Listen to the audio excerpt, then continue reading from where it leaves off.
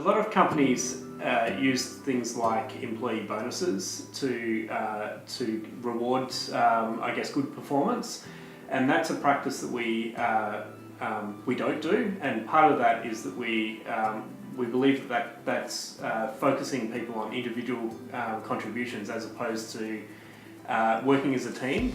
And I think what's really great about employee ownership is that it's aligning everybody to the success of the company. And so, the better we do as a group, the better everybody does.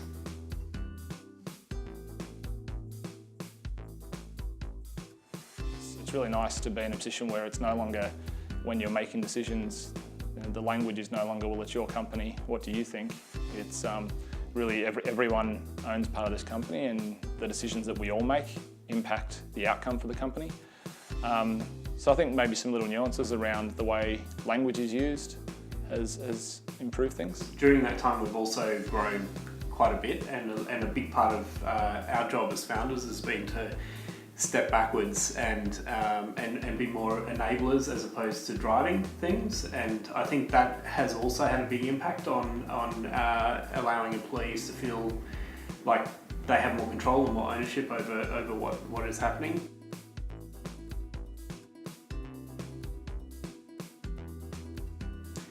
Get advice. Yeah. I think that's step one. I mean, this stuff is very complex. I think for Culture Amp, it's particularly complex because we've got employees in 3 different countries. It's the sort of thing that's not done particularly often in Australian companies at the moment.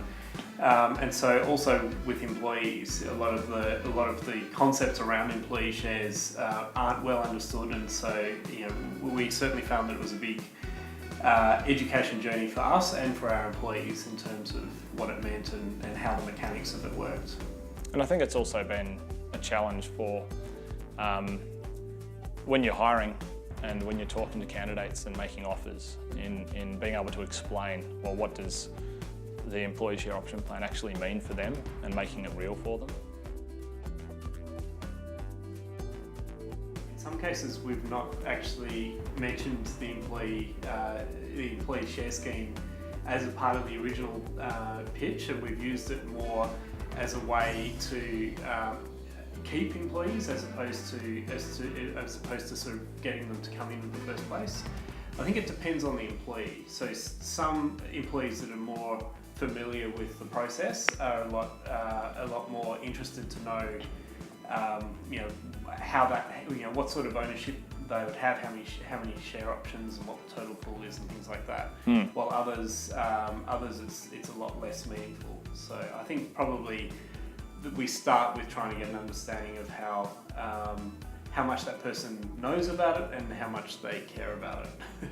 Yeah, and I think the other thing we do to try and help potential candidates understand offers is potentially to give them some scenarios. So if A happens, based on the allocation, this is what the outcome may be. But I think usually we try to just draw it back to why the ESOP actually makes sense. And I mean, fundamentally it comes down to, we're trying to build a very big, audacious, successful business. And if we get the outcome we're after, we want you to be a part of that.